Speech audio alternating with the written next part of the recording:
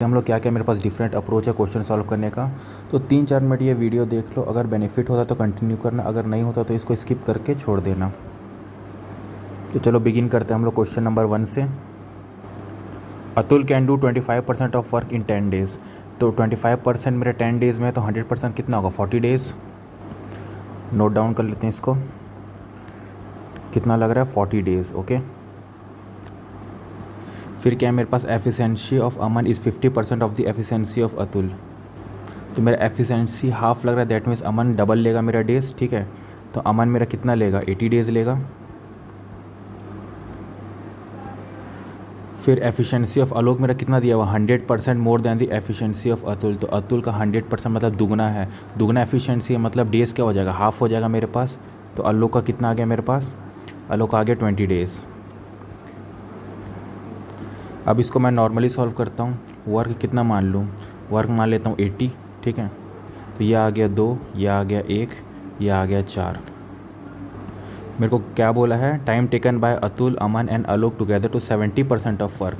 तो 70% ऑफ मतलब 80 का 70% 56 हो गया, 56 हो गया। ठीक है, टोटल को मिला के कितना होगा, 4 2 6 7, 7 हो गया। 7 8 56, मतलब 8 डेज़ लगेगा ख़त्म।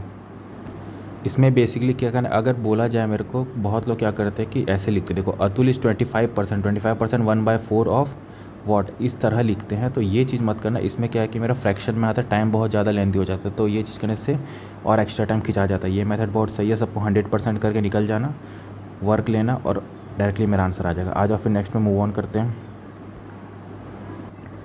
अ milkman has 2 type of milk and water का मिक्सचर है। फर्स्ट मिक्सचर में मेरा मिल्क का 80% है, सेकंड मिक्सचर में मेरा वाटर का 70% है। ठीक है, तो एक काम करते हैं, मिल्क 1 यहाँ लिख देते हैं, मिल्क 2 यहाँ लिख देते हैं। ठीक है, मिल्क में मिल्क और वाटर ये हो गया, मिल्क और वाटर हो गया। तो फर्स्ट मिक्सचर में मेरा क्या 80% मिल्क है, तो 80% मिल्क है, तो बाकी बचा हुआ वाटर हो गया।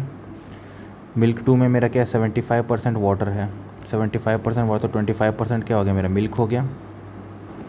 फिर क्या बोला, in what ratio should he mix the both the mixture to get a new mixture in which concentration is 60%। मतलब वाटर का कॉन्सेंट्रेशन कितना हो जाए 60%, तो डायरेक्ट एलिगेशन लगा देते हैं।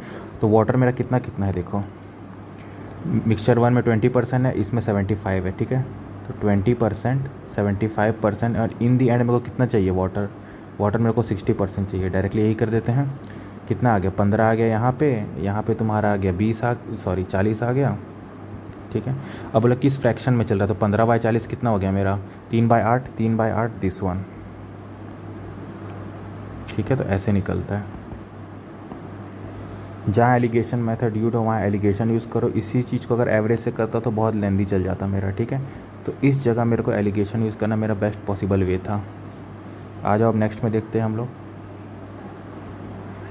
ABCD स्टार्टअप बिजनेस इन्वेस्टमेंट कितना है, 80 40 75 60। ठीक है, 6 month from the start be increase के इन्वेस्टमेंट इतना और ए विड्रॉ के। ठीक है, तो अब मैं एक चीज़ बताता हूँ, लोग जनरली क्या करते हैं इस टाइप ऑफ क्वेश्चन में, अपना ABCD ऐसे लिख देते हैं, फिर क्या करेंगे कि हाँ 80 यहाँ हो गया, ये कितना मंथ के लिए किया वो देख लेंगे कि हाँ ये 6 मंथ के लिए, फिर बाकी का बचा हुआ जो भी रहा, तो इस तरह का करते हैं। सी का कितना हो गया, सी का 75 हो गया, 12 मंथ हो गया, फिर इन दी एंड फिर क्या निकालेंगे, बोला क्या है मेरे को, डी का प्रॉफिट निकाले, फिर डी का निकाल के टोटल कर देंगे। ये लेंदी चल जाता है। इसका एक शॉर्ट बताता हूँ, देखो जब मेरे को दिख रहा है यहाँ पे कि जस्ट मेरा हाफ हो रहा है, देखो 6 मंथ है, 6 मंथ है मतलब हाफ हो रहा है 1 साल का जस्ट। अब मैं इसको क्या करता हूँ, एवरेज से डायरेक्ट निकाल लेता हूँ। तो ए देखो मेरा, ए मेरा क्या था, अब मैं डायरेक्ट 3 जीरो सबसे हटा दे रहा हूँ। ठीक है, इसको 7.5 लॉक कर देता हूँ, इसको यहाँ से भी 3 जीरो हटा के 7.5 कर देते हैं। तो आ जाओ, तो ए मेरा कितना था, ए मेरा 8 था। ठीक है, ये क्या हो गया, पहले ड्रॉप हो गया 6 में। ठीक है, ड्रॉप हो गया 6 में, तो एवरेज मेरा कितना आ गया 8 + 6/2। ठीक है, 14/2 मतलब मेरा कितना गया 7 आ गया यहाँ पे। अब बी का देखो, बी मेरा क्या किया, बी मेरा कितना था 4 था, देखो 4 था। ठीक है, जंप कहाँ कर गया, इंक्रीज़ होके जंप कर गया मेरा 5। तो एवरेज मेरा क्या आ गया 5, 5 + 4 9, 9/2, 4 9, 9/2 4.5 दिस वन, ये आ गया।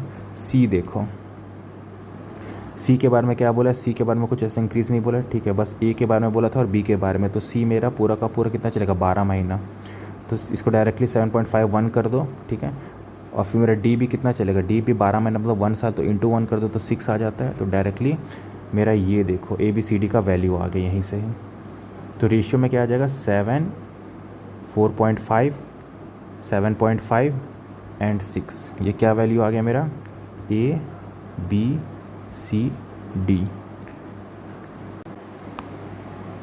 मेरे से पूछा क्या, if the total profit earn after 1 year is इतना, find the value profit of D. D का प्रॉफिट निकालना है। डी का प्रॉफिट 6 है, ठीक है। अब ऐसे नीचे सबको ऐड करते हैं, 4 और तो 8 4 12 हो गया, 6 7 13 हो गया, तो 25 आ गया मेरा। 25 टोटल कितना प्रॉफिट था मेरा 13500 कर दिए, ठीक है। तो 25 से कितना बार हो गया, 4 बार हो गया। तो डायरेक्टली मेरा क्या आ गया आंसर मेरा 24 इंटू 135। अब बैठ के इसको पूरा सॉल्व नहीं करना है, बस लास्ट का मैं डिजिट देख लेता हूँ, लास्ट 2 का, ठीक है। तो 5 4 20 हो गया, तो 12 4 4 हो गया, ठीक है। और यहाँ से मेरा कितना आ गया 5 0 0, तो लास्ट डिजिट क्या आ गया 40 40 40 40। दिस वन अकेला है जिसमें लास्ट का डिजिट 40 है, तो ये मेरा आंसर हो जाएगा। पूरा सॉल्व करने की उसको ज़रूरत है नहीं। आ जाओ नेक्स्ट देखते हैं हम लोग। If the diagonal of the square is equal to the radius of the circle, difference between area and circle, ठीक है। क्या एरिया का, ठीक है, एरिया स्क्वायर का एरिया सर्कल का एरिया को माइनस करने से इतना है, तो अप्रॉक्सीमेट मेरे को निकालना है डिफरेंस किसके बीच, पेरीमीटर निकालना है किसके किसके बीच, स्क्वायर और सर्कल, ठीक है। तो हम लोग क्या जानते हैं, A is 1/2 root of R. तो इसको नीचे कर देता हूँ, आर यहाँ कर देता हूँ, तो डायरेक्ट यहाँ मैं लिख देता हूँ A/R is equal to 1/√2। Value मान लेता हूँ ई लिखा है। अब पहला स्टेटमेंट मेरे को क्या बोल रहा है कि मेरा सर्कल माइनस स्क्वायर करना है एरिया दोनों का, ठीक है। तो पहले सर्कल कर लेते हैं, पाई आर स्क्वायर माइनस एरिया इसका क्या हो गया ए स्क्वायर मतलब E square, that is approximately कितना है 260 दिया हुआ है मेरे पास। तो 7 उधर कर देते हैं अपन लोग, तो कितना हो जाएगा मेरे पास हो जाएगा 44 ई स्क्वायर हो जाएगा, यहाँ 7 ई स्क्वायर हो जाएगा, और उधर मेरा 260 इंटू 7 हो जाएगा।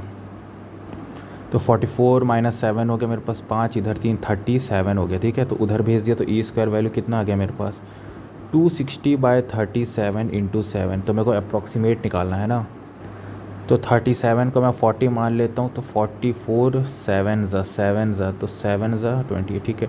तो इसको अप्रॉक्स 7 टाइम काटते तो 7 7 मेरा कितना 49 हो जाता। तो 49 किसका स्क्वायर है 7 का, ये अप्रॉक्स आया हुआ है, याद रखना अप्रॉक्स। ई का वैल्यू 7 के आसपास है, तो मेरा ई का वैल्यू कितना आ गया 7 आ गया, अप्रॉक्स से निकालिए।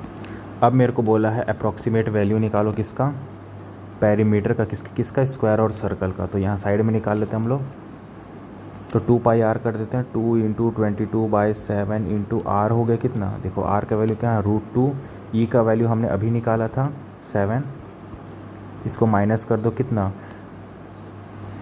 4a से माइनस कर देंगे। ए का वैल्यू कितना है, ए का वैल्यू मेरे को दिया हुआ है ई है, तो 7 इंटू 4 हो जाएगा, तो 28 आ जाएगा दिस वन। तो यहाँ से डायरेक्टली 7 7 कट गया, तो 44 √2 आ गया मेरे पास, माइनस 28 आ गया। अब √2 का वैल्यू 1.41, दैट इज़ अप्रॉक्स 1.5 से थोड़ा कम है। तो 1.5 कितना होता है मेरा 3/2 होता है। तो 3/2 मेरा कितना हो गया 22 हो गया, तो 22 इंटू 3 कितना हो गया 66 हो गया। तो 66 से थोड़ा कम, तो 64 या 60 ऐसे 64 मान लेते हैं, चलो 2 कम कर देते हैं, 64 माइनस 28 कर देते हैं, that is approx equal to, तो इधर कितना आ गया, इधर मेरा 2 4 6 हो गया, इधर कितना आ गया 3 आ गया, अप्रॉक्स 36 के आसपास रहा। 36 के आसपास क्लोजेस्ट कौन सा है, क्लोजेस्ट इज़ द 34 1। तो ये मेरा क्या हो जाएगा आंसर हो जाएगा, ठीक है। आ जाओ अब नेक्स्ट देखते हैं हम लोग। अ पर्सन स्पेंड मनी और रेंट एंड फूड ट्रांसपोर्ट, ठीक है, 1:2:3 दिया हुआ है स्पेंड का। If the sum of the money spend on rent and food, rent food कितना है मेरे पास 2 1 3 है, 3 300 के बराबर है, तो एक कितना होगा 100 के बराबर हो गया, ठीक है। Then find the difference between, difference निकालना food and transport, food and transport 3 minus 2 1 1 मतलब 100 आंसर, ठीक है। ये तो डायरेक्टली था, इसमें लिखने का भी जरूरत नहीं, पर एक बार देख लेते हैं। अब पहले मेरे को बोला कि रेंट और फूड का सम मेरे को दिया हुआ है 300, तो रेंट फूड मेरे पास कितना है this one and this one, ठीक है। तो ई प्लस 2e मेरे को दिया हुआ है 300, तो ई का वैल्यू क्या आ गया 100 आ गया मेरे पास। क्वेश्चन क्या बोल रहा है कि डिफरेंस निकालो किसके किसके बीच का, फूड एंड ट्रांसपोर्ट। फूड मेरे पास कितना है 2, ट्रांसपोर्ट कितना है 3, तो 3 माइनस 2 कितना होता है 3e माइनस 2e कितना होता है 1e होता है, और e का वैल्यू हमने क्या निकाला है 100, दैट इज़ आंसर क्या हो गया 100। आ जाओ नेक्स्ट में। सिक्स्थ क्या बोल रहा है, out of total player 1/3 are in team X और बाकी बचा हुआ टीम वाई पे, if 20 player from Y and transfer to X. ठीक है, तो मैं ऐसा ले लूँ नंबर LCM जिसमें 20 भी रहे 3 भी रहे, तो 60 मान लेते हैं। ठीक है, तो टोटल प्लेयर कितना हो गया, टोटल मान लेते हैं मेरे पास 60E है। ओके, टीम एक्स हो गया, टीम वाई हो गया, तो 1/3 इन टीम एक्स, तो 1/3 कितना हो गया 20E हो गया। रिमेनिंग कितना बचा मेरे पास 40E जो कि टीम वाई में चल गया। इसको अच्छे से यहाँ कर देता हूँ ताकि दिखेगा। नेक्स्ट क्या बोल रहा है, if 20 player from team Y transfer to team X, तो टीम वाई से ट्रांसफ़र मतलब 20 लोग यहाँ से घटे और 20 लोग यहाँ पे जुड़ गए। ठीक है, then total player of X become half of the total player. तो टोटल प्लेयर टीम एक्स में मेरा कितना है, देखो कहाँ लिखा है, total player of team X is half of total player. तो टोटल प्लेयर टीम एक्स का कितना है 20E + 20 है, ये मेरा किसके इक्वल है, हाफ ऑफ टोटल प्लेयर। तो टोटल प्लेयर मेरे पास कितने हैं 60 का हाफ कितना हो गया 30E हो गया, तो इधर से घटा।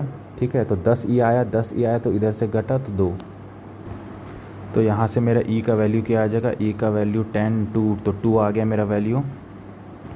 अब मेरे से क्या बोला है, देखो पहला इफ़ स्टेटमेंट हो गया। ठीक है, यहाँ से इफ़ स्टेटमेंट ख़त्म होता है। अब दूसरा इफ़ स्टेटमेंट यहाँ से शुरू होगा मेरा, दिस वन, और मेन स्टेटमेंट क्या है, ये है दिस। अब आ जाओ इसका निकालते हैं। तो ये मेरा x हो गया, ये मेरा y हो गया।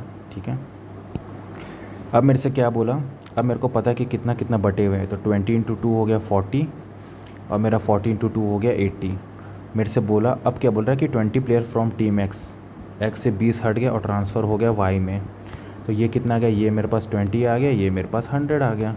अब पूछा क्या, then the total player in team X, total player कितना है 20 प्लेयर है team X, become what percentage of total player, total player मेरे पास कितना दिया हुआ था 60E, तो E का वैल्यू 2 था, तो 120 × 100, तो 0 से 0 कटा 1/6 आ गया, 1/6 कितना होता है 16.66, this one is in my answer. ख़त्म। आ जाओ नेक्स्ट में। A man after retiring from at the age of 58 year में क्या हो रहा है, रिटायर हो रहा है, डिपॉजिट किया, इतना मनी प्रिंसिपल हो गया in a scheme of simple interest, rate इतना है मेरे पास, और रिसीव उसको टोटल ये अमाउंट है मेरा। ठीक है, एक सेकंड जूम कर देता हूँ, ये मेरा क्या है, ये मेरा अमाउंट है। ठीक है, then find the age of a man when he receive the amount. अच्छा, एज निकालना है मैन का जब वो अमाउंट उसका रिसीव होगा। ठीक है, तो प्रिंसिपल मेरा कितना हो गया 24600 हो गया, रेट ऑफ इंटरेस्ट 6.5 है, तो 65/10 करते हैं, टाइम लगा, यही टाइम मेरे को निकालना है, बाय 100 यही नीचे लिख देते हैं। तो मेरे को टोटल अमाउंट, टोटल इंटरेस्ट कितना रिसीव होगा, तो मेरे को अमाउंट माइनस प्रिंसिपल करना पड़ेगा, तो दिस माइनस दिस कर देते हैं। ठीक है, आओ देख लो, तो मेरे पास कितना आ गया 43788 को 24600, तो कितना आ गया 8 आ गया, इधर 8 आ गया, 7 - 6 1 हो गया, तो 7 4 कितना आ गया 3 आ गया। ठीक है, इधर से मेरा 9 आ गया, फिर 1 हो गया। ठीक है, तो ये आ गया मेरे पास, ये मेरा क्या हो गया इंटरेस्ट हो गया। अब मेरे को बस इसको क्या करना है, डिविज़ल करना है।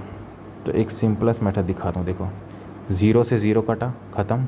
सबसे पहले जितना हो सके 0 को साइड करो, तो ये 5 2 ज़ा 13 ज़ा 2 1 ज़ा 2 2 2 3, तो सिंप्लीफाइड हो के अगर t का वैल्यू लिखूँ तो मेरे पास क्या आ गया 19188 डिविजिबल बाय 123 × 13। अब एग्ज़ाम हॉल पे ये नहीं करना कि बैठ के इसको पूरा कैलकुलेट कर रहे हैं, आराम से 40-50 सेकंड खिंचा जाएगा। लास्ट 20 डिजिट का मेथड का यूज़ करो, ख़त्म करो। ठीक है, कितना हो रहा है, लास्ट करने से 3 3 ज़ा 9, तो नीचे मेरा 9 आ रहा है, ऊपर में लास्ट डिजिट क्या है 8 है। तो 9 का टेबल में 8 कब आता है, जब × 2 करते हैं, क्योंकि 9 2 ज़ा 18। ठीक है, तो लास्ट डिजिट क्या है 8 आया, ख़त्म। दैट मीन्स मेरा टाइम जो भी आएगा, इसका पहला डिजिट मुझे नहीं पता कुछ भी होगा, लेकिन बस मुझे ये पता है कि लास्ट डिजिट क्या होगा, 2 होगा, जो कि मेरा कंफर्म है। अब देखो, अब इसको अमाउंट कब रिसीव होगा, 58 तो मेरे पास गिवन है। अब एडिशनल और जितना भी लगेगा तब उसको रिसीव होगा। तो जो एज है, एज मैंने पूरा नहीं निकाला, मुझे बस पता था लास्ट डिजिट क्या है, 2 है। ठीक है, तो 58 में समथिंग कुछ माइनस करो, देखो 58 में 2 प्लस कर दो कितना होगा, लास्ट डिजिट क्या आया, इधर एक ज़ीरो आ गया, ये तो कंफर्म है ना। देखो ये आ गया ज़ीरो, दैट मीन जो भी आंसर होगा उसका लास्ट डिजिट मेरा जीरो होना चाहिए। तो एक ही ऑप्शन है जो जीरो लास्ट में, दैट इज़ 70। तो हर बार चेक करना है ना कि ऑप्शन लास्ट का, अगर ऑप्शन सब अलग अलग है तो ये मेथड यूज़ कर सकते हो। ठीक है, नेक्स्ट में देखिए क्वेश्चन 8 बोल रहा है मेरे को मंथली इनकम ए बी का दिया हुआ है इतना 7:8 रिस्पेक्टिवली, एंड बी सेव कर रहा है इतना एवरी मंथ एंड स्पेंड कर इतना। अच्छा ठीक है, तो एक काम कर, तो डायरेक्टली इसको साइड साइड में लिख लेता हूँ। ए हो गया, बी हो गया मेरे पास, इनकम, सेविंग, एक्सपेंडिचर, ताकि डाउट इसमें ना, इसमें इनकम, सेविंग एंड एक्सपेंडिचर। मेरे पास क्या गिवन है, इनकम दिया हुआ है, इनकम को हम लोग कितना मान लेते हैं, तो इसको मान लो 7E, इसको मान लो 8E। फिर क्या बोल रहे हैं मेरे को, बी सेव इतना कर रहा है, तो बी का सेविंग मेरे पास कितना है, 2, 5, 9, 20, this one is the B का सेविंग। अब बोला है कि स्पेंड कर रहा है वो कितना, 46%। अगर स्पेंड 46% कर तो रिमेनिंग कितना बचा, 54%। दैट मीन्स अगर मैं टोटल इनकम का 54% कर दूं तो यही तो मेरा सेविंग है, दैट इज़ 25920। तो इसी को ही अब हम लोग को चेकआउट करना है। 8 से करते हैं, तो 8 3 हो गया, 8 2 हो गया, 4 हो गया, एंड 0 का 0 आ गया। ठीक है, 54 का टेबल में 4 कब आता है, 4 6 24, 6 तो 6 मतलब 60 आ गया यहाँ पे। ठीक है, तो ई का वैल्यू मेरे पास कितना आ गया, 60 × 100। इसको ऐसे ही छोड़ देते हैं अभी।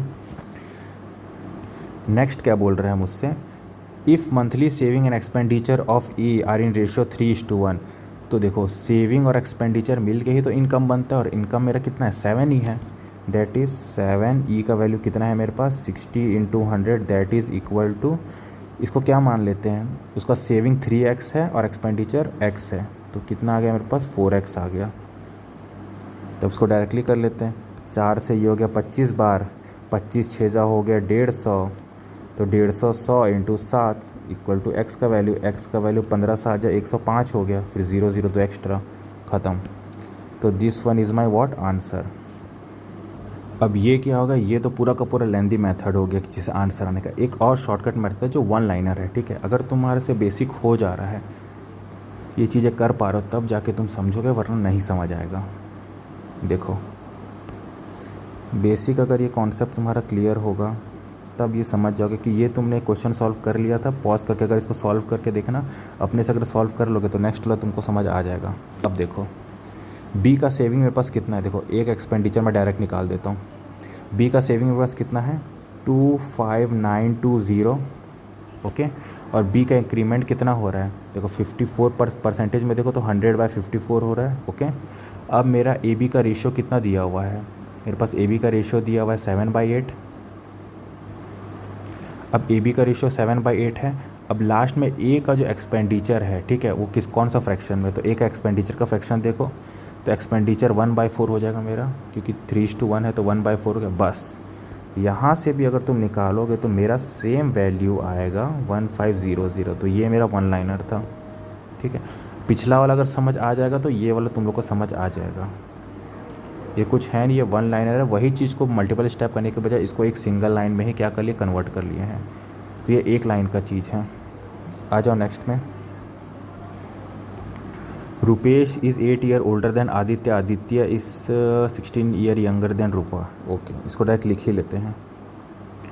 तो रुपेश मेरा क्या है, 8 ईयर ओल्डर है किससे, आदित्य से। फिर क्या बोला गया है, आदित्य 16 ईयर यंगर देन रूपा, तो आदित्य मेरा 16 ईयर यंगर है किससे, रूपा से,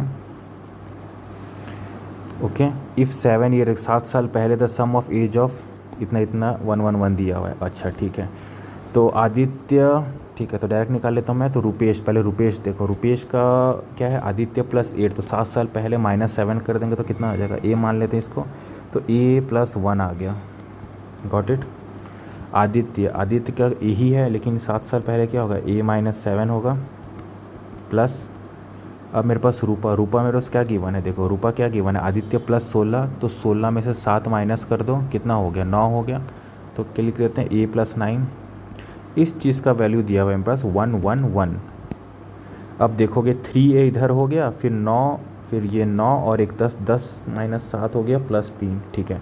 तो इधर भी 3 उधर भी 3, 3 कॉमन ले लिए, तो 3 कॉमन लेके क्या हुआ, A+1 हो गया, इधर से वैल्यू 111 आ गया, 3 से कट गया, तो 3 मेरे पास 3 3 ज़ा 3 7 जा 37, 37 एक माइनस कर दिया 36, तो ए का वैल्यू कितना आ गया, आदित्य का 36 आ गया।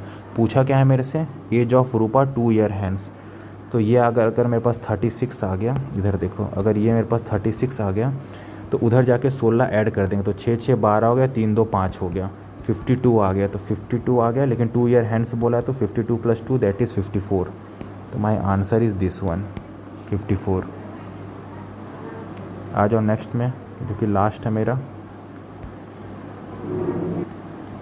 Average marks of Y student is Z and it is increase by 4.5 से अगर इंक्रीज़ कर देंगे तो marks of each 9 student is increase by 20। अच्छा, अगर 4.5 से अगर मैं एवरेज को इंक्रीज़ कर दूँ तो मेरा 9 स्टूडेंट का इंक्रीज़ होता था 20 मार्क्स का। Okay, find the value of. अच्छा, तो अगर ये चीज़ को तुम क्या करोगे, नॉर्मली अगर एवरेज से करोगे कि हाँ मेरा एवरेज मार्क्स वाई है, फिर स्टूडेंट मेरा एन है, फिर उसका क्या चल रहा है, एवरेज जेड है, लेकिन फिर बाद में क्या हुआ, जेड मेरा 4.5 बन गया, तो ये बहुत ज़्यादा लेंदी हो जाता है। शॉर्ट बताता हूँ, मेरा कितना का इंक्रीज़ हो रहा है, देखो 9 स्टूडेंट है, ठीक है, हर एक का कितना बढ़ा है, 20 बढ़ा है, 180 मार्क्स का क्या हो रहा है, मेरा इंक्रीज़ हो रहा है, ख़त्म।